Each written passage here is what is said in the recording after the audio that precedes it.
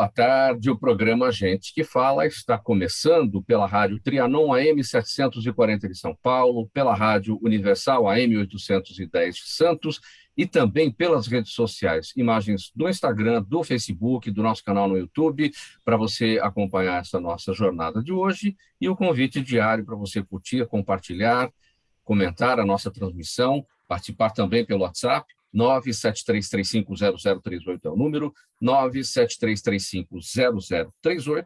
Eu sou o Mauro Friesman, 12:01, e vamos apresentar os nossos convidados de hoje, segunda-feira, iniciando mais uma semana. Vamos com muito empenho, vamos com saúde, vamos com dedicação para as nossas atividades. Com a gente hoje, Daniel Annemberg, vereador paulistano, administrador, sociólogo, vereador que é do PSDB, foi secretário, todos sabem, aqui no município de São Paulo, secretário de Inovação e Tecnologia, idealizador do Poupa Tempo, ex-diretor do Detran. Tudo bem, vereador Daniel? Seja bem-vindo. Tudo ótimo, é um prazer participar com vocês aqui do Gente que Fala. Mauro, boa tarde a todos. Obrigado pela presença mais uma vez com a gente. Também conosco o doutor Alberto Rola, advogado, especialista em Direito Eleitoral. Boa tarde, doutor Alberto Rola. Tudo bem? Tudo bem, Mauro? Boa tarde. Agradeço mais uma vez o convite. É sempre um prazer participar com todos os amigos da bancada. Estou à disposição. Obrigado pela presença. Caio Cunha, presidente da WSI Master Brasil. Tudo bem, Caio? Boa tarde.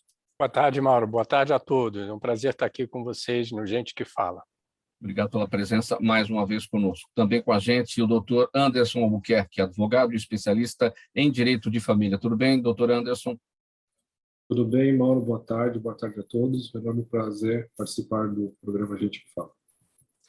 Muito obrigado. Vamos aqui, 12:02 agora, o nosso primeiro assunto de hoje, o primeiro assunto da semana, com a pandemia reduzindo seus índices e a Copa do Mundo marcada para o fim do ano, parecia que as eleições brasileiras ganhariam toda a atenção do país, com a discussão sobre as alianças e, claro, a tradicional troca de farpas entre os candidatos também, né?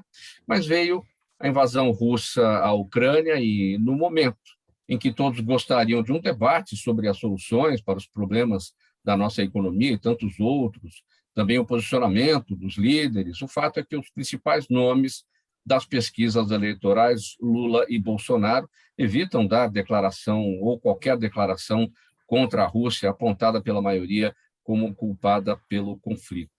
Doutor Alberto Rolo, em que medida a situação na Europa, a invasão russa à Ucrânia, atrapalha aqui o nosso debate eleitoral? Não é ainda o momento do início do debate eleitoral? Quais são os respingos da invasão aqui nesse momento importante, em que, de fato, a gente já deveria estar prestando atenção nisso, né? Mauro, é importante esse assunto porque a expectativa era essa que você falou. Com a melhoria dos índices da pandemia, isso, né, aos poucos vai saindo do noticiário, ocupando menos espaço, né, menos mortes, menos hospitais lotados. Então, é um pouco de alívio, início de alívio. E você falou, o brasileiro gosta da Copa do Mundo, a Copa do Mundo também no final do ano, ia dar um pouco de tempo da gente falar de eleições. A nossa história mostra que, para falar das eleições, a gente normalmente fala muito da eleição presidencial, fala em seguida a eleição de governadores, e só depois é que vai falar de deputados federais, deputados estaduais, e a gente tem uma vaga de Senado esse ano também, né? Aí você pergunta se é cedo. Eu acho que não é cedo. A gente já deveria estar falando disso. A lei foi alterada, inclusive é importante a gente destacar isso, a lei foi alterada permitindo que os pré-candidatos falem. Então, ninguém fala como candidato, mas todo mundo pode falar como pré-candidato. Então, já era tempo, né, da gente começar a discutir as plataformas de governo e aquilo que é importante para o cidadão, para o eleitor depois poder votar. E aí você toca no assunto da guerra. A guerra veio e caiu literalmente como uma bomba no nosso colo, no colo do mundo, não é? E, de repente, a gente os noticiários só falam disso, nos últimos 16, 17, 18 dias, só falam disso, e as consequências para o Brasil. E uma das consequências, é o que a gente está vendo, é no setor econômico, o aumento expressivo da gasolina. A gente não tinha ideia aí de outros produtos, né, derivados de petróleo. A gente não tinha ideia da dependência em relação ao agronegócio, né, que é importante para o Brasil. A gente não tinha ideia, muita gente foi, de alguma maneira, tomado de susto, né, porque, de repente, a gente depende e não precisava depender. Então, esse assunto da guerra acaba ocupando a mídia e vamos ver se a gente consegue, usando esse assunto da guerra, a economia, essa dependência, a gente consegue trazer também para o campo da eleição. Por exemplo, por que o Brasil não se preparou para não ficar tão dependente dos insumos para o agronegócio, né? Essa é uma pergunta importante. E, olha, eu tenho uma resposta pelo que eu tenho observado. O problema não é só deste governo. É lógico que este governo também é culpado, mas também dos governos anteriores, porque isso a gente não faz uma fábrica da noite para o dia. É um planejamento. A dependência do petróleo também. Eu sempre ouvi dizer, desde que eu era pequeno, que o Brasil já era autossuficiente em petróleo, pelo jeito isso não é verdade. Então, a gente tem que trazer esse assunto para o debate da política, sim, e o eleitor tem que cobrar dos seus candidatos quais são as plataformas ou quais são as ideias que eles têm, os candidatos, para que isso não aconteça mais. Entrando aí na esteira do seu raciocínio, jogando aqui para o vereador Daniel Annemberg. Vereador, considerando todos esses aspectos, né? A guerra interferindo no dia a dia dos brasileiros, aumento do preço dos combustíveis, dos alimentos, aquela preocupação sobre o futuro, porque as pessoas ficam preocupadas se vão assumir compromissos de longo prazo, por exemplo, a economia já combalida por outros assuntos, enfim. Era realmente o momento da gente entrar na discussão eleitoral. Esses temas, esses pontos todos que o doutor Rolo falou, tem que entrar o quanto antes na discussão, né? Não, com certeza, Mauro. Bom, boa tarde a todos. O senhor Alberto Rolo falou bem. As coisas não são da noite para o dia e precisa ter todo um planejamento. E as consequências da guerra são inúmeras, né? Principalmente econômicos. O bolso do cidadão está vendo aí o aumento da gasolina, do diesel, dos fertilizantes. Mas eu queria colocar também um outro aspecto, que a gente vê que também esse governo, Mauro, tem um problema gravíssimo, o governo federal. O Brasil virou um pária internacional, porque, afinal, se aliou e tem se aliado aos piores governos de plantão. Então, vejam, ao Putin na Rússia, ao Orbán na Hungria. Aliás, o presidente foi visitar a Hungria e a Rússia alguns dias antes de começar essa guerra, uma coisa absolutamente sem pé nem cabeça, né? Além de tudo, brigou com a China, brigou com a Argentina, parceiros nossos, brigou já com o Biden, porque perdeu a eleição para o Trump. O governo Bolsonaro tem uma total, não consegue ter uma política externa compatível com o que o Brasil faz há décadas. Nós temos uma política externa muito boa, a gente tem um corpo no Itamaraty fantástico. Ou seja, a gente hoje está absolutamente isolado do resto do mundo. Isso tem consequências para o nosso dia a dia.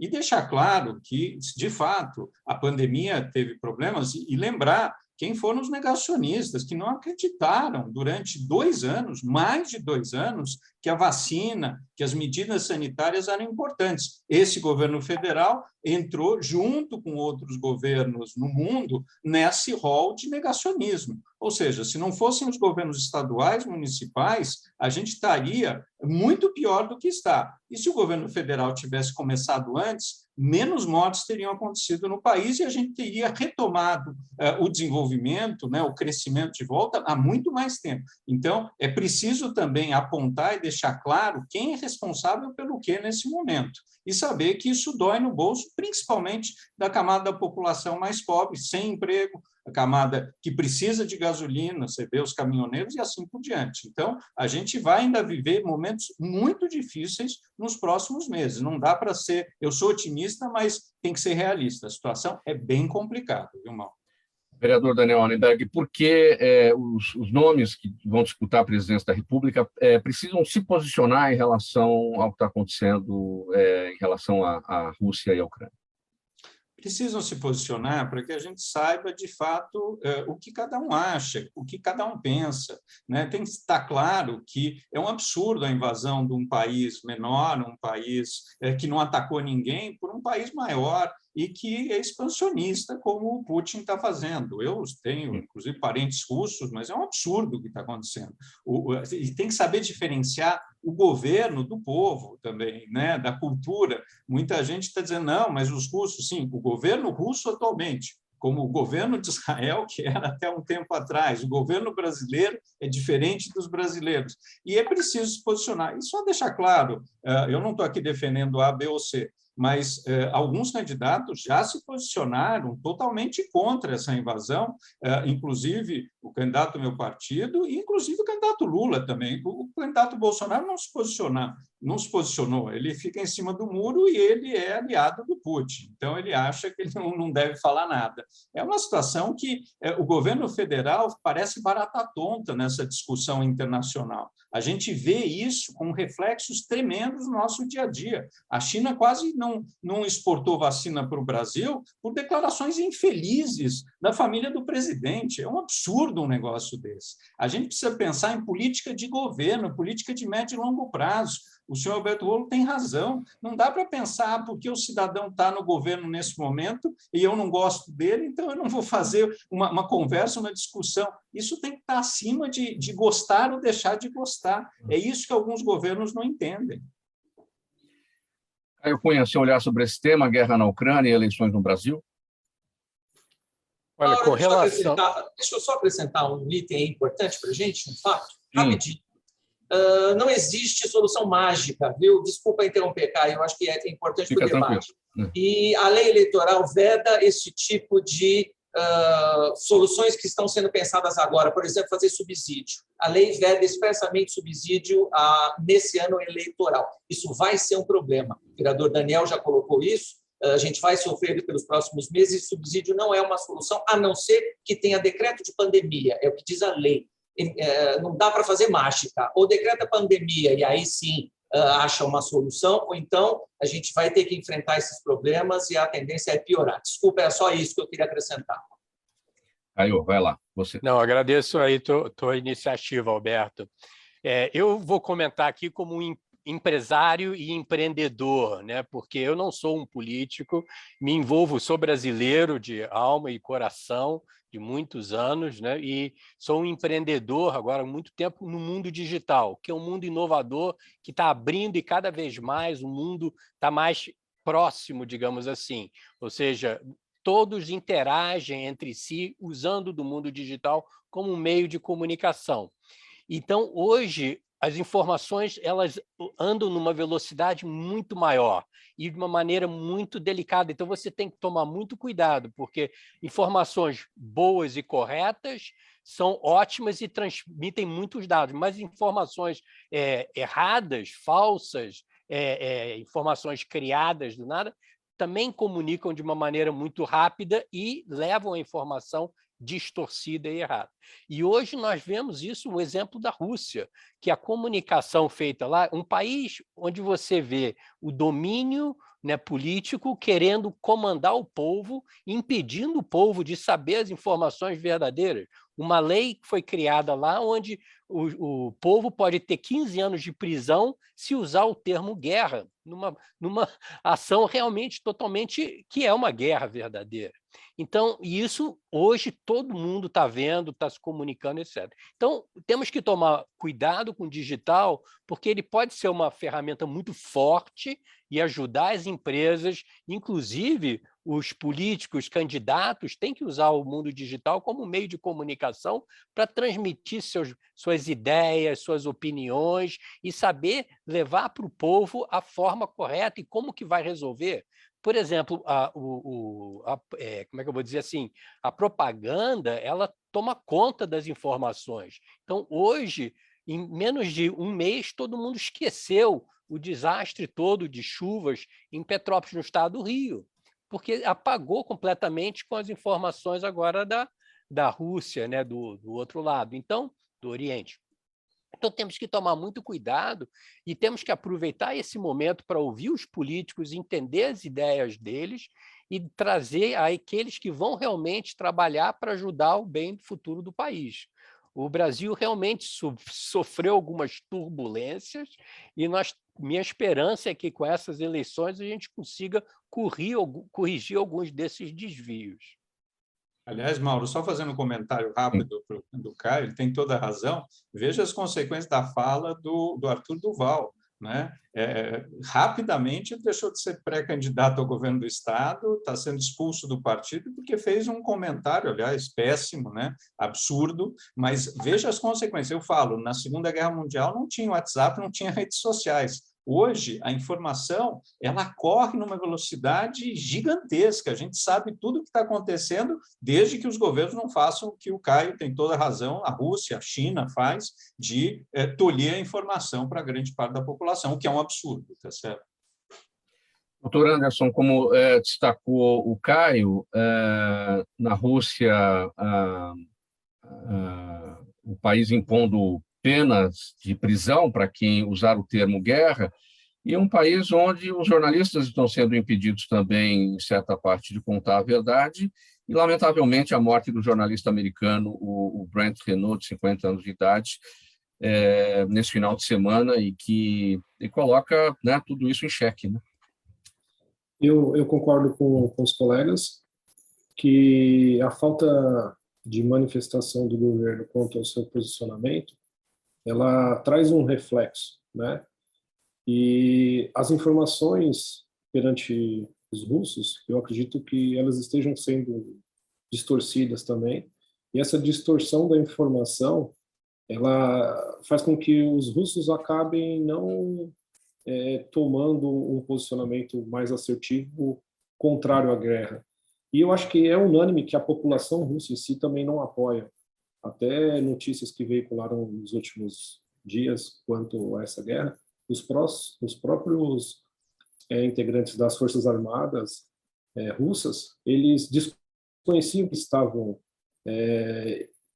prestes a dar início a um conflito, né? Eles estavam e foram orientados para simplesmente um trabalho militar com foco em um treinamento, né, um exercício militar, não em uma guerra efetiva. E eu acho que a falta de manifestação do governo brasileiro quanto ao fato de apoiar ou não traz um desgaste, né, para o nosso país, mas eu acredito que a omissão quanto uma declaração clara de não apoiar, ela não reflete que o Brasil é a favor ou não a guerra, né? A favor ou não da Rússia.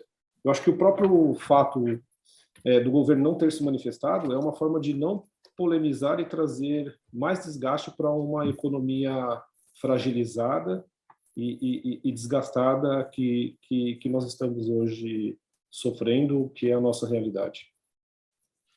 Meio-dia 18, pessoal, programa Gente que Fala, edição de segunda-feira, pela Rádio Trianon, AM 740 de São Paulo, Universal AM 810 Santos, e também pelas redes sociais. Nosso próximo assunto por aqui, vereador Daniel Annemberg, os debates entre políticos, gestores e empresários sempre colocam a educação no centro das preocupações, todos em defesa da necessidade de investimento em diversos níveis, mudanças no planejamento pedagógico, além também de um novo olhar para inserir as novas tecnologias. O problema é que o alto índice de pobreza impede que grande parte da população tenha acesso à internet, e essa exclusão digital torna a desigualdade social no país ainda maior. Como é que a gente interrompe esse descompasso, vereador? A desigualdade social ela avança numa velocidade muito maior do que a inclusão digital é capaz de acompanhar. Bom, deixa eu só fazer um comentário rápido ainda sobre o assunto anterior, que eu queria... A gente precisa decidir se a gente está do lado das democracias no mundo, democracias liberais, que tem liberdade, como a gente vê na Alemanha, na França, nos Estados Unidos, ou a gente quer estar do lado dos regimes autoritários, como a gente vê na Rússia, na China. Isso a gente tem que ficar claro para a população. Eu não tenho dúvida que eu estou do lado dos primeiros, está certo? E isso é muito importante, porque senão a gente está começando a ir para um autoritarismo que não é bom. Não é bom para o Brasil, não é bom para o mundo, e a gente tem visto nos últimos anos. Mas isso em relação ao assunto anterior. Em relação ao que você colocou, Mauro, eu concordo inteiramente com o Caio. A inovação, a tecnologia, hoje em dia, a cada dia, a gente ultrapassa muito rápido e vê coisas que a gente não imaginava antes. Inteligência artificial, internet das coisas, é uma loucura o que está acontecendo no mundo em termos de revolução tecnológica em todas as áreas. Agora, isso, ao mesmo tempo, é uma questão importante, porque nós, por exemplo, temos celular de última geração, a gente tem acesso à internet. A grande maioria da população brasileira, e a gente vê isso, uma população que tem diversas dificuldades, os mais vulneráveis, a gente viu, por exemplo, na pandemia, as pessoas não conseguiam acessar o aplicativo da Caixa Econômica Federal para ganhar o auxílio, né? Filas e filas na Caixa por conta disso, e pessoas que não conseguiam assistir aula, milhares, milhões de alunos, por quê? Porque não tem o sinal, porque simplesmente não tem equipamentos de última geração. Então, a inclusão digital, como você falou, é premente, é um assunto que a gente precisa, tem que ser na ordem do dia. Hoje, inclusão digital é inclusão social. Então, a gente precisa ter planos de inclusão digital para os próximos. Isso não acontece, o doutor Alberto tem toda razão, não é como mágica. Tem que ter um plano de médio e longo prazo para pensar isso. Como é que a gente faz isso no nível municipal, estadual e federal? Por exemplo, o governo federal tem feito muitas ações para ter serviços digitais. Isso é bom, não é ruim. Agora, não dá para pensar que serviços digitais hoje é para todos. Não é. Uma parte, 1/4 da população brasileira não tem acesso à internet. E os que têm, uma boa parte, a qualidade é péssima. Então, como é que a gente faz para ter programas municipais de inclusão digital? Planos estaduais, isso tem que estar na ordem do dia do debate agora, inclusive das eleições. Como que os candidatos querem fazer essa inclusão digital para o Brasil todo em X anos? De que forma? Isso precisa ser pensado, planejado com toda a sociedade. Não é só o governo, é com a iniciativa privada, é com as universidades. E tem um outro aspecto, Mauro, importante, que não é só a inclusão digital, é o letramento digital. Muita gente não sabe usar as novas tecnologias. Se a gente não conseguir auxiliar, trabalhar junto, principalmente com a população de maior idade, a população mais vulnerável, as pessoas simplesmente têm medo. Eu vejo minha mãe de 82 anos, ela mexe no celular e tem vezes que ela diz, não, mas se eu apertar esse botão vai sumir, vão levar todos os meus dados. Ou seja, a gente precisa fazer uma alfabetização digital. Assim como há 30 anos atrás, os bancos, a gente ia ao banco, e a gente não sabia mexer naquele negocinho que era o caixa eletrônico. Hoje todo mundo sabe. A gente precisa fazer algo parecido em termos de governo, em termos de serviços digitais, e envolver todo mundo, porque não é fácil, não vai ser da noite para o dia que a gente vai ter inclusão e letramento digital no Brasil. Isso tem que ser um plano de médio e longo prazo. Caio, o vereador Daniel Arenberg fala da necessidade do letramento digital, é o que a gente vê no dia a dia, a dificuldade das pessoas, quer dizer, não bastasse, como o vereador destacou, equipamentos inferiores, né? As pessoas não têm dinheiro para comprar um equipamento de ponta, não conseguem pagar planos melhores de internet também, porque evidentemente não tem renda. Então, e tem a questão do letramento digital ou de um analfabetismo funcional, que, para a solução disso, tem que passar pelo banco escolar também, né? Você não tem dúvida, esse teu ponto é excelente, e o que o Daniel falou é muito importante.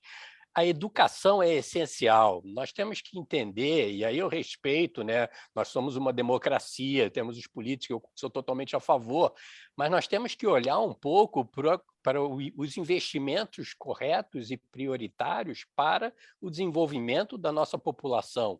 A educação tecnológica é muito importante, mas a educação básica também. E a tecnológica hoje ajuda a acelerar a educação básica. Então, o governo tem que estar entendendo, os municípios, os governos, estados, federal, tem que entender a importância disso e tem que investir nesse lado, que é onde a gente vai poder desenvolver o Brasil para um desenvolvimento importantíssimo. Eu tenho uma empresa no ramo de curso de idioma online, porque eu fico assim pasmo quando eu vejo que o Brasil, nem 4% da população brasileira fala o idioma inglês.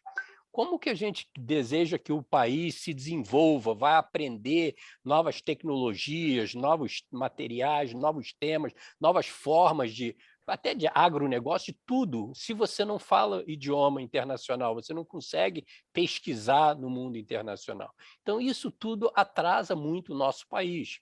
Então, eu sou totalmente a favor de investir em educação, dos políticos olharem para o Brasil sobre esses aspectos, e hoje a tecnologia ajuda a acelerar a educação. Então, os dois caminhos são essenciais nesse ponto. Existem muito conhecimento tecnológico, digital, online, disponível, que o povo não consegue acessar para poder tirar vantagem e se desenvolver.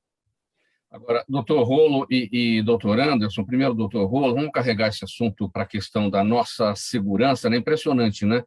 Quanta gente, dependendo aí do letramento digital, dependendo das condições financeiras para poder entrar nesse mundo digital de fato, e a bandidagem nadando de braçada nisso. Os golpes do Pix, os golpes cibernéticos aos montes acontecendo, o quanto eles estão envolvidos, engajados com isso, e é um desafio a gente enfrentar também para que as pessoas não caiam, principalmente esses que estão, que são pegos desavisadamente, né? Caem nos golpes porque não tem, como se diz no popular, não tem a manha com o digital, né? É isso mesmo, Mauro. Eu acho interessante, eu acho que eu me enquadro um pouco nesses semi-analfabetos digitais, viu, Mauro? Infelizmente, se eu tenho uma ideia, como é que eu me defendo, como é que eu acho que eu estou melhorando a minha segurança? Eu simplesmente não uso mais o aplicativo de banco no celular. Se você está na rua e você está no carro e a gente vê aí essa violência que você falou e alguém pegar o celular, o aplicativo já está lá, facilita. Eu já não uso mais o aplicativo de banco no celular para tentar me defender. Acho que talvez esteja nessa parcela que o Caio falou, o Daniel, dos semi-analfabetos, não de analfabeto completo, mas semi-analfabeto, que talvez houvesse outra maneira de me defender ou de o cidadão se defender disso. Mas o que é importante, Mauro, é também trazer esse assunto, e eu acho que o Daniel tocou bem, para os planejamentos dos candidatos, né? Eu não vi até agora nenhum candidato falar em investimentos, né? Nesse aparelhamento da sociedade, em oportunidade para a sociedade para conseguir trabalhar e viver socialmente usando essas ferramentas digitais que são tão necessárias. E aí eu vou trazer, depois eu quero ouvir o Anderson se isso está na prática dele. Eu vi a entrevista na sexta-feira passada agora, dizendo que essa falta de inclusão digital atrapalha, inclusive, o Poder Judiciário, porque não são só os advogados. Nós estamos aqui, o Anderson está lá com o computador dele, eu estou aqui com o meu, estou falando dos advogados, mas as partes não conseguem acessar a audiência digital. As testemunhas não conseguem acessar a audiência digital. Por quê? Porque o sinal é ruim, como você falou, Mauro, o equipamento não é suficiente, aí o que acontece? Acaba não aproveitando aquele ato judicial, a audiência tem que ser designada lá para frente e acaba atrapalhando a justiça. Então, se atrapalha a justiça, e a gente, pelo menos eu vejo isso no meu dia a dia, se atrapalha a justiça, eu imagino que atrapalha o Brasil inteiro. E eu não vejo nenhum dos candidatos tocar nesse assunto. O ex-presidente Michel Temer falou outro dia, né? A lei eleitoral, Mauro, exige que os candidatos majoritários apresentem um plano de governo. Então, os candidatos a presidente, governador, né? Na outra eleição prefeito, eles têm que apresentar um plano de governo. E aí o Michel Temer estava dizendo, não adianta ter um plano de governo de 50 páginas ou 100 ou 1000, tem que ter conteúdo. Então, eu quero ver nesses planos de governo que vão ser apresentados agora, ainda não está no prazo, quais são os candidatos que vão falar dessa inclusão social que é importante para a justiça e é importante para o Brasil inteiro. Doutor Anderson. Eu concordo com os colegas, eu acho que a inclusão digital é um ponto muito importante para a evolução da sociedade, para que nossos filhos eles possam se tornar pessoas mais evoluídas, né, do que nós somos.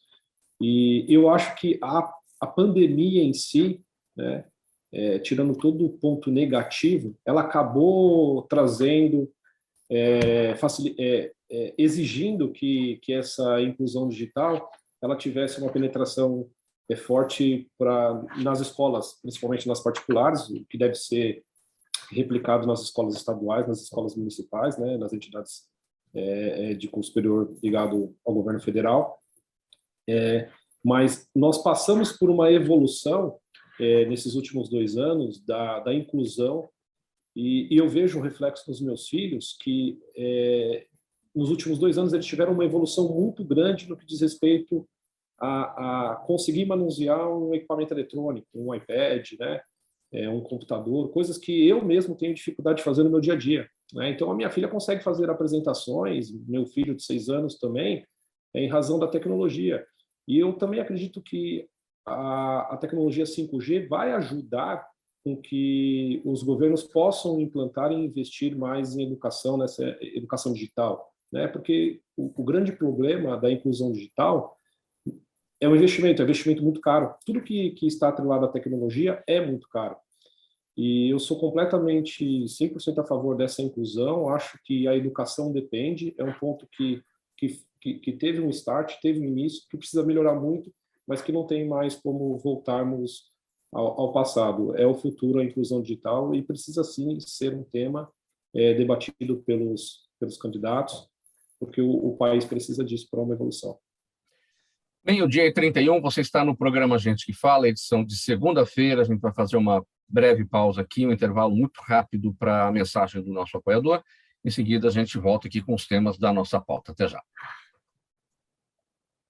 Toda ação estratégica de sucesso tem um componente fundamental, um instituto de pesquisas ético, rápido e preciso. Afinal, é ele que vai fornecer informação confiável, sem achismos e palpites. E isso, numa época de mudanças rápidas e repentinas, é fator crítico de sucesso. A Orbis é um instituto de pesquisas que une precisão e confiabilidade estatística com a mais alta tecnologia de pesquisas do mercado.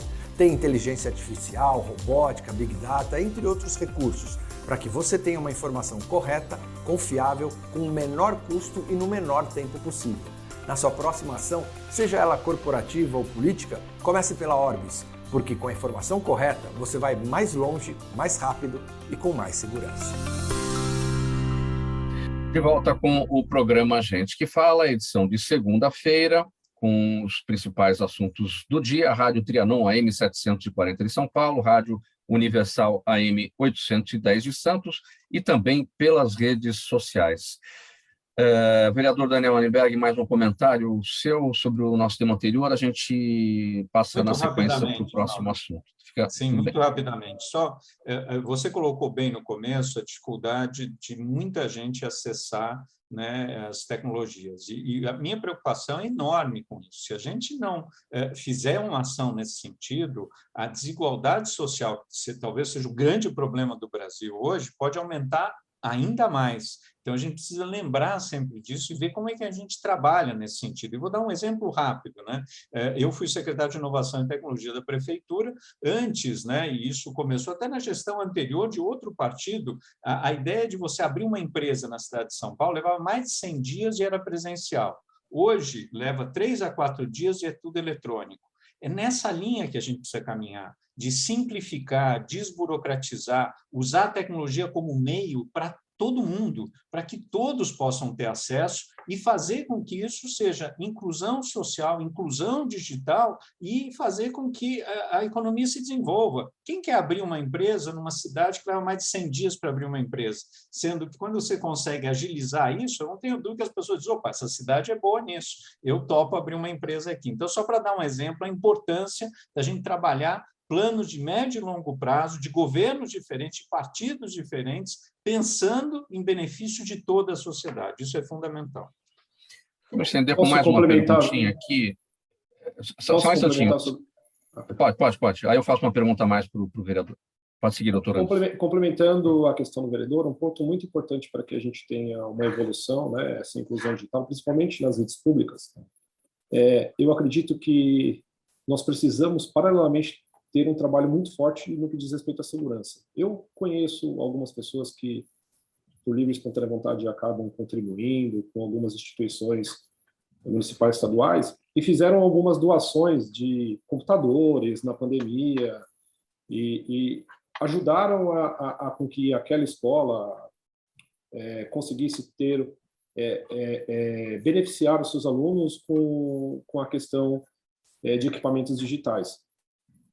30 a 40 dias depois das doações que foram realizadas para computadores, né, a escola inteira foi assaltada e levaram todos os computadores. Então, assim, paralelamente a essa questão digital de investimento, nós temos que ter uma análise para a segurança, porque como se trata de investimento muito caro e de equipamentos de altíssimo valor agregado, a segurança, a escola passa a ser um foco de possíveis roubos, furtos, né? E isso também é um ponto para ser analisado pelos candidatos aí, pelos próximos governos.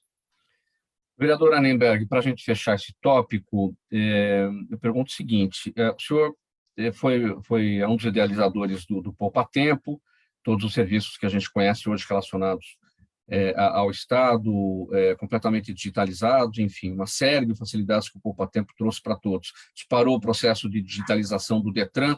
Na sua avaliação, que outros serviços ou o próximo serviço que merece muita atenção para desburocratizar, facilitar a vida do paulistano, do paulista, no Estado de uma maneira geral? Eu acho que mais do que serviços, como eu falei, Mauro, é a questão da inclusão. Eu acho que hoje a gente já tem, com tecnologia como meio, o Caio sabe disso, para fazer qualquer coisa. O problema não é mais só digitalizar, porque também não adianta você só digitalizar serviços e não simplificá-los. A gente gera o que eu chamo de e-burocracia. A gente precisa rever processo, rever lei. Enfim, a gente precisa, por exemplo, simplificar licenciamento na cidade, que é fundamental. A gente precisa fazer tudo isso. Mas, mais que isso, a gente precisa ter inclusão digital. Hoje, quase todos os serviços já podem ser considerados digitais, mas se as pessoas não acessam, como funciona? Se as pessoas não conseguem ter aula, se não tem um sinal na população mais vulnerável, isso é o mais importante nesse momento, é fundamental. A gente, por exemplo, a lei das antenas foi aprovada agora na Câmara, que foi mais ou menos bem aprovada, né? Podia ser melhor, mas melhorou. A ideia de você levar para a periferia de São Paulo o sinal. Não vai ter 5G se não tiver uma lei mais simples de licenciamento de antenas. Todos os municípios do Brasil precisam fazer isso. E hoje, meia dúzia fizeram, para não dizer meia dúzia, se tiver 1% que já se modernizou, ou seja, não é só tecnologia, não é só serviço digital, é simplificar também, desburocratizar. O Poupa Tempo, para mim, é isso, muito mais do que qualquer outra coisa. E o brasileiro, infelizmente, no Brasil, a gente é muito burocrático em muita coisa. E pensar sempre em quem mais precisa de serviços públicos. Como é que essas pessoas vão ter acesso ao sinal da internet? Como elas vão ter acesso aos equipamentos? Esse é o grande desafio dos próximos anos nessa área digital. Na área pública, eu não tenho dúvida disso. Agora, faltando 23 minutos para 1h da tarde, vamos para mais um tema aqui no programa Gente que Fala. Doutor Anderson, é um tema bastante controverso quando um casal se separa, a partilha de bens, né? Especialistas alertam que quando o afeto dá lugar à crise, é comum a fraude para prejudicar a parceira, a mulher, né? Durante o processo de dissolução da união, homens que possuem patrimônio de alto valor, geralmente empresas, recorrem a estratégias para que esses bens que pertencem ao patrimônio comum não entrem na partilha. Eu confesso que eu não tinha a menor ideia de que existia a possibilidade de burla numa situação como essa. Vamos lá, o que você pode esclarecer aí para a nossa audiência? Na verdade, não há uma possibilidade de você burlar a legislação. O que acontece é que muitos casais, né, principalmente quando envolve muito patrimônio, a parte que é detentora daquele patrimônio, diante de uma separação e diante da necessidade de se dividir, partilhar os bens, ele utiliza subterfúgios esses que não são legais, para tentar burlar o interesse da sua companheira e muitas vezes até a própria mulher burlar o companheiro. Quem domina, quem tem o poder, a administração do patrimônio, acaba tendo mais possibilidade de burlar. Mais possibilidade de burlar. E o grande problema é que a pessoa que tem o poder do patrimônio, a administração do patrimônio, geralmente ela já toma conhecimento que o divórcio é inevitável 1, 2, 3 anos antes, né? E com a questão tecnológica, né? A tecnologia vem para o bem e vem para o mal.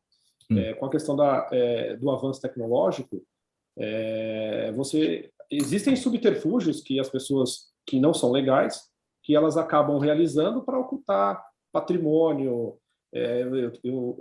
Existem situações onde eu já vivenciei que empresário ele ratifica todas as declarações contábeis das empresas e para ocultar o real patrimônio, para transformar uma empresa com patrimônio positivo em patrimônio líquido negativo, e na hora de se avaliar as empresas para uma partilha, ele apresenta as declarações retificadas, as retificadoras e não as retificadas. E aí você traz uma realidade inexistente. E fim da perícia, ele retifica novamente as declarações e traz para o real valor. Então, assim, esses grandes divórcios, esses processos de separação onde envolvem muito patrimônio, há bastante subterfúgio ilegal que as pessoas utilizam como forma de fraudar, frustrar os interesses da companheira ou do companheiro. E como é que o especialista, o advogado especialista em direito de família consegue notar isso, perceber isso, para proteger o seu cliente de uma eventual estratégia, de um subterfúgio da outra parte de querer fraudar, de querer burlar? Na verdade, assim, o que eu sempre oriento, né? Não assinar contratos onde você não tenha realmente a real noção do que aquele contrato representa, né? Ter conhecimento da real situação financeira da empresa, do seu companheiro, porque, na verdade, se você é casado no regime de comunhão parcial de bens, você tem interesse, né, no desempenho, no sucesso daquela empresa, mas, geralmente, a parte que não administra, ela acaba sendo... ela tem uma omissão quanto ao real valor ou à real situação. E quando se depara com um processo de desgaste dentro do relacionamento, aquilo que era bom, né, passa a ser ruim. A empresa passa a estar numa situação de falência, de recuperação judicial. Há uma omissão, né? E um grande ponto é que quem administra o patrimônio geralmente tem o poder dos documentos. E a parte surpreendida, ela tem dificuldade até de ter acesso aos documentos passados dos últimos 5 anos, dos últimos 10 anos, para saber qual é a real composição desse patrimônio. Eu tive um caso interessante agora, e que o direito de família ele vem passando por um processo de evolução, onde um fundo de investimento, né, procurou nosso escritório para que nós fizéssemos uma análise de qual seria o real problema, né, do sócio majoritário, caso ele decidisse por se separar da sua companheira, da sua mulher, em um relacionamento que eles já estavam juntos há 20 anos, e o regime era o regime da comunhão parcial de bens. Quais seriam os impactos? Então, eles gostariam que nós analisássemos e realizássemos um relatório de contingência, né, para saber se valeria a pena ou não eles investirem diante da fragilidade que esse empresário estaria passando. Então, não só no que diz respeito às fraudes, mas no que diz respeito à insegurança, porque um processo de partilha ele pode invadir e ter acesso a toda a situação financeira patrimonial da empresa, não dos últimos 5 anos, como a Receita Federal, mas dos últimos 10 anos, 15 anos, 20 anos, porque a mulher, né, ela tem direito e tem acesso, e pode vir a ter acesso a esses documentos que trazem o histórico de composição patrimonial para saber ao certo se está ou não sendo fraudada, no que diz respeito à partilha. Muitos casais em crise e casais que possuem grandes patrimônios evitam se separar, estão ali no papel, continua tudo do jeito que está, evitam se separar por conta disso? Sim, porque, na verdade, isso representa grande parte, geralmente, principalmente se você se encontra no regime de comunhão parcial de bens. Se separar significa uma cisão, né? Um rompimento, é como se fosse um rompimento com o seu sócio. Envolve todo o patrimônio. Mas o grande problema do envolvimento patrimonial é que muitos divórcios, muitos processos de separação dessa natureza, eles acabam comprometendo até um possível investimento na companhia, né? Então, todas essas particularidades, hoje, com a evolução digital, com a burocracia do sistema tributário, ele traz uma reflexão e muitos casais deixam de se separar para não ter um comprometimento do seu patrimônio. E isso, sim, isso acontece, principalmente em casos onde existe muito patrimônio. É mais conveniente permanecer casado. Faltando 16 minutos para 1 da tarde, mais um assunto por aqui, nessa edição do programa Gente que Fala. Caio Cunha, olha, redes sociais como o Facebook, Instagram e até o próprio WhatsApp tiveram um crescimento de 40% durante o período da pandemia. Mesmo assim, muitas empresas continuam invisíveis nesse ambiente digital e seus empresários, independentemente do tamanho da organização, não sabem por onde começar a solucionar esse problema. Por que isso acontece ainda? Tanta gente com tanta tecnologia, enfim, ainda invisível, né, nesse meio e comprometendo até o avanço, a evolução dos seus negócios. É verdade, o mundo digital ele está andando numa velocidade muito rápida e muitas empresas já estão conscientes e estão indo nesse caminho. Mas se você olhar o caminhar, ele ainda é um mercado ainda muito virgem, ainda muito novo. Mas para você ter uma ideia, teve uma pesquisa feita por uma empresa de consultoria em janeiro desse ano que já provou que o volume de compras online, que a gente diz, ou seja, pelo digital, feito pelas empresas em 2021, superaram o volume de vendas dos shopping centers do país inteiro. Ou seja, o mundo está indo nesse caminho, o Brasil já está consciente e as empresas estão vendo isso.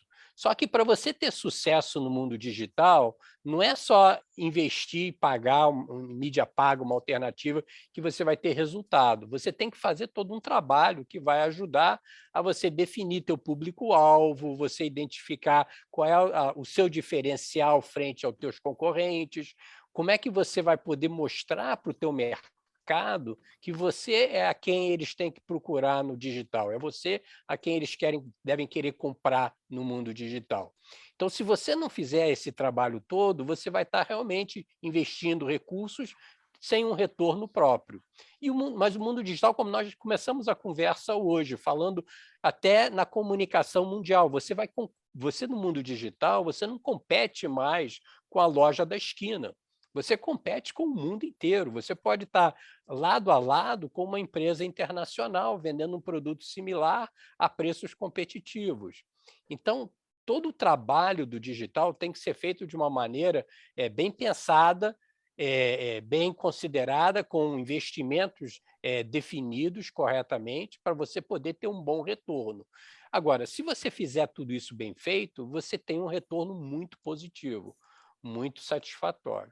Então, as empresas já estão conscientes disso, elas estão indo por esse caminho, mas uma mais rápidas do que as outras. O que nós falamos e recomendamos muito para as empresas é que elas têm que fazer isso de momento atual, porque é um caminho sem volta. Não me lembro quem foi que comentou, acho que foi o Anderson, um pouco no início da conversa, dizendo realmente é um caminho sem volta, ele tem que acontecer. Então, as empresas têm que ir por aí. Não, eu acho que é inexorável, isso não vai voltar. Agora, eu concordo com o Caio, mas, por exemplo, a gente continua querendo bons serviços, tá certo? Isso sendo digital ou presencial. Então, por exemplo, a gente quer que, se a gente vai comprar uma refeição, que ela chegue rápido, que chegue com qualidade. Então, ou comprar um produto. Então, muitas vezes, o digital precisa estar muito atento à qualidade do atendimento. E muitas vezes também atento muitas vezes você não conseguir falar, porque também é complicado você, muitas vezes, ser tudo digital e você não consegue falar com alguém que, quando dá algum problema, você não consegue esclarecer. Então, a gente tem que sempre lembrar isso, que a gente precisa, tem pessoas do outro lado e que precisam nos ajudar para que o serviço, quando a gente termina, ou de jantar num restaurante, ou de pedir uma comida, ou de comprar um serviço, um produto, a gente precisa também, muitas vezes, ter pessoas que a gente diga, olha, foi bom ou não foi bom? Isso funcionou ou não funcionou? E o digital precisa estar atento a isso, porque senão vira um negócio tudo informatizado e que muitas vezes dá problema, você não consegue nem resolver o problema de tão informatizado que é, tá certo? Esse ponto é excelente, Daniel, e é o lado humano da questão, né? Você tem que ter ainda o lado humano envolvido. Mas esse aspecto de correção, de não ter erros, não ter um mau atendimento é essencial. O cliente tem sempre razão, ele tem que estar sempre na frente. Então, o mundo digital que vai por esse caminho não pode desconsiderar o lado humano da questão. Mas tem que aí aprender muito também, que a gente recomenda muito olhar para os concorrentes, porque você tem o seu diferencial e os concorrentes estão presentes. Você tem que olhar como que você vai se posicionar frente ao seu cliente, ou o ideal. E uma coisa muito importante, o digital tem um grande valor que tudo é mensurável. Então, se você toma uma ação e mede a atuação e ela não é boa, você pode adaptar e melhorá-la. Se ela é boa, você pode melhorá-la e vai aprimorando. Então, você tem sempre como ter resultados cada vez melhores, mas uma correção de rota, o cliente. Uma correção de rota rapidamente que o digital permite. Antigamente, no mundo analógico, você tomava uma decisão, via um estrago acontecer tarde demais, e aí a correção de rota às vezes não funcionava, né? Perfeito, exatamente. Como tudo é mensurável, você tem toda até uma técnica que é usar as ferramentas digitais que vão permitir você medir a performance de todas essas ações que você está tomando. Inclusive, ver comentários negativos nas mídias sociais. Você começou o tema falando de mídias sociais. É muito importante as mídias sociais para você estar navegando, como a gente gosta de falar, nesse mundo e ouvindo o seu público, ouvindo os concorrentes, ouvindo as pessoas com quem você interage, para saber a opinião e saber que caminho eles querem seguir. Para só lá na frente você vai poder vender efetivamente um produto para aquele cliente. Ou seja, se você não está navegando, quando chegar na hora de tomada de decisão, ele vai procurar alguém que estava navegando lá. Agora, como você disse no início da sua observação, também não adianta ter uma rede social, seja A, B ou C, Instagram ou Facebook, simplesmente, eu tenho uma página lá e vou fazer o meu trabalho de divulgação. Você tem que ter pesquisa, você tem que ter método, você tem que saber para quem você está falando, senão você atira para tudo que é lado e não resolve absolutamente nada, né? Correto. E nós dissemos, você tem que estar presente no mundo digital. Eu falo assim, olha para você, se você entra no Google, você vai ver o nome de uma empresa ali com investimento de mídia paga, ali que a gente chama de link patrocinado. O nome de uma empresa ali que você nunca ouviu falar, não conhece. Você vai entrar ali e comprar um produto? Você não vai. Você vai continuar navegando, vai pesquisar em outros lugares, vai querer saber quem é o profissional, vai lá no LinkedIn para conhecer quem é o dono da empresa, ou seja, você vai querer conhecer antes de você tomar uma decisão. Então, as empresas têm que estar navegando lá dentro em vários caminhos, né? Então, hoje estamos avançando nesse lado, mas ainda temos uma boa caminhada para seguir. Então, mas é um caminho gradativo. Você não tem que sair, de repente, fazer um senhor investimento para poder ter um bom resultado. Você pode fazer isso ao longo de um tempo. E é sempre uma curva de crescimento, de melhoria, que vai mais ou menos nesse grau. Você começa pequeno, mas vai subindo e, de repente, você está numa ascensão esplendorosa, digamos assim. Pessoal, 7 minutos para 1h da tarde, vamos aqui às perguntas da nossa audiência, eu vou pedir brevidade a todos nas respostas. Daniel, vereador Daniel, o seu Jaime do Jardim Bonfilholi, primeiramente aqui, ele quer parabenizar o seu trabalho aí, ele fala parabéns ao vereador Daniel pelos ótimos serviços prestados até hoje pelo Poupa Tempo, só que a pergunta que ele faz, tem uma pergunta depois para você, vereador, mas a pergunta que ele faz é para o doutor Rolo. Aí ele diz assim, o seu Jaime, eu tenho uma dúvida histórica, porque mesmo com a renúncia à presidência, o ex-presidente Fernando Collor teve depois os seus direitos políticos cassados? É uma pergunta que muita gente faz. Ele renunciou, teve os direitos políticos cassados, houve sim a cassação, né? Mas ele renunciou primeiramente, né? É a dúvida aqui do seu Jaime. Mauro, é uma dúvida histórica, seu Jaime, e de vez em quando a gente estuda o case do ex-presidente Collor, mas, na verdade, ele renunciou, o processo deveria ter terminado naquele momento, mas o ministro Sidney Sanches, que era o presidente na época, continuou o processo e efetivou a cassação, e aí ele ficou por 8 anos inelegível e hoje é senador.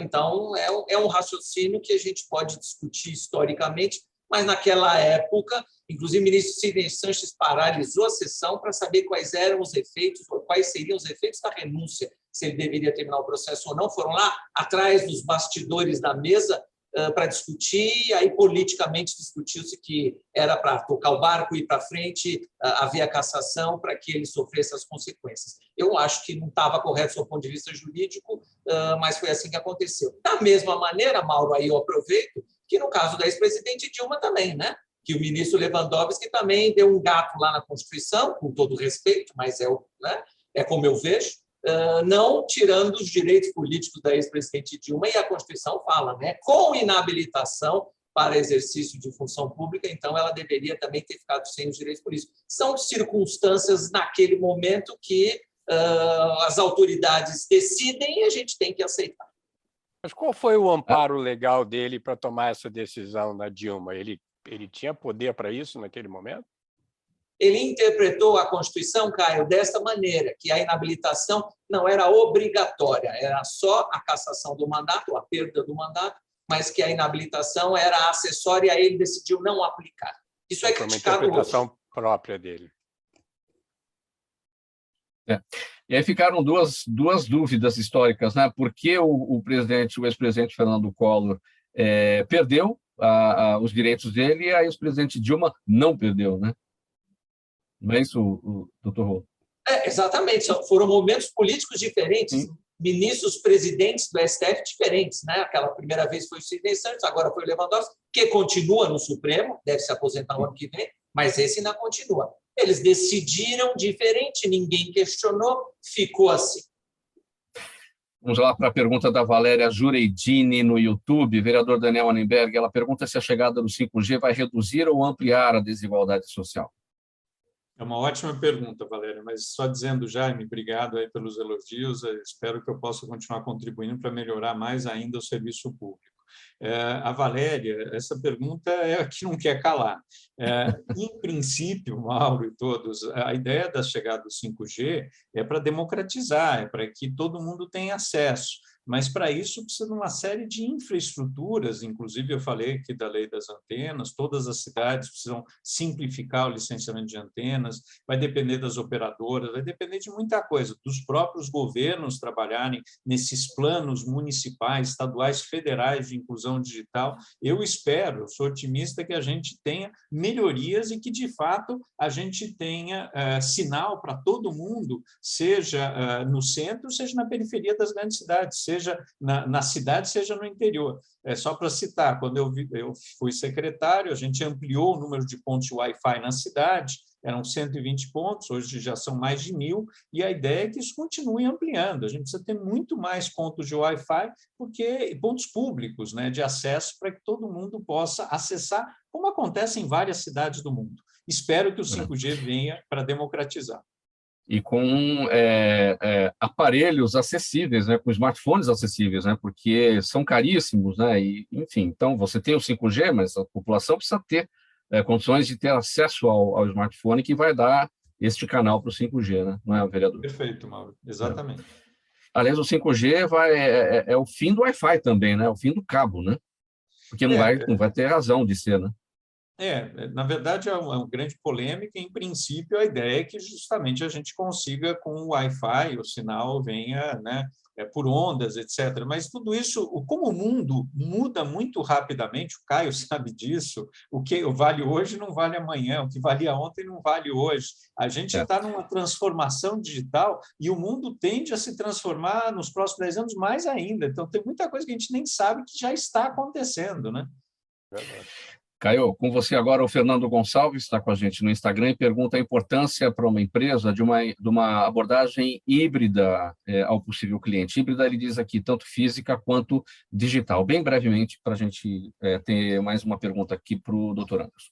Sim, eu acho que o atendimento híbrido é a forma ideal. O digital, se você hoje já trabalha, que a gente fala offline, que é fora do mundo digital, você não é obrigado a sair dele para estar no digital. O digital pode complementar o seu negócio, pode interagir, pode servir de várias formas para você atrair mais público e levar para tua loja física, o seu negócio offline, como a gente chama, ou pode ajudar para simplesmente se comunicar com o seu público. Então, por exemplo, as mídias sociais são excelentes para você interagir com o seu cliente e seu público. Então, hoje não existe mais aquela segregação entre o marketing digital e o marketing presencial ou marketing offline. Então, a combinação dos dois é a solução perfeita.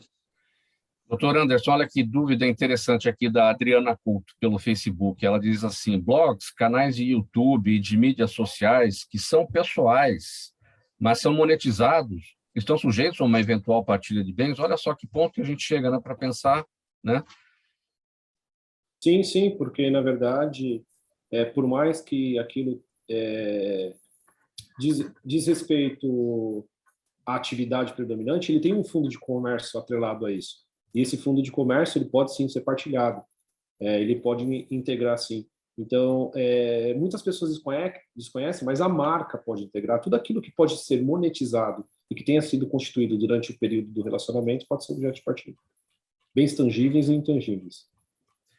Pessoal, vamos pôr um ponto final nessa edição do programa Gente que Fala. Quero agradecer a todos vocês, em nome de toda a nossa equipe. Participaram do programa Gente que Fala de hoje, Dr. Alberto Rolo, advogado especialista em direito eleitoral, Caio Cunha, presidente do WSI Master Brasil, o vereador Daniel Annenberg, do PSDB, administrador, sociólogo, ele foi secretário municipal de Inovação e Tecnologia, idealizador do Poupa Tempo. Também o advogado Dr. Anderson Albuquerque, especialista em direito de família. Muito obrigado, então, mais uma vez, pela presença de vocês. Na mesa de som com a gente hoje, o Isaac Barros. Valeu aí o apoio operacional, Isaac.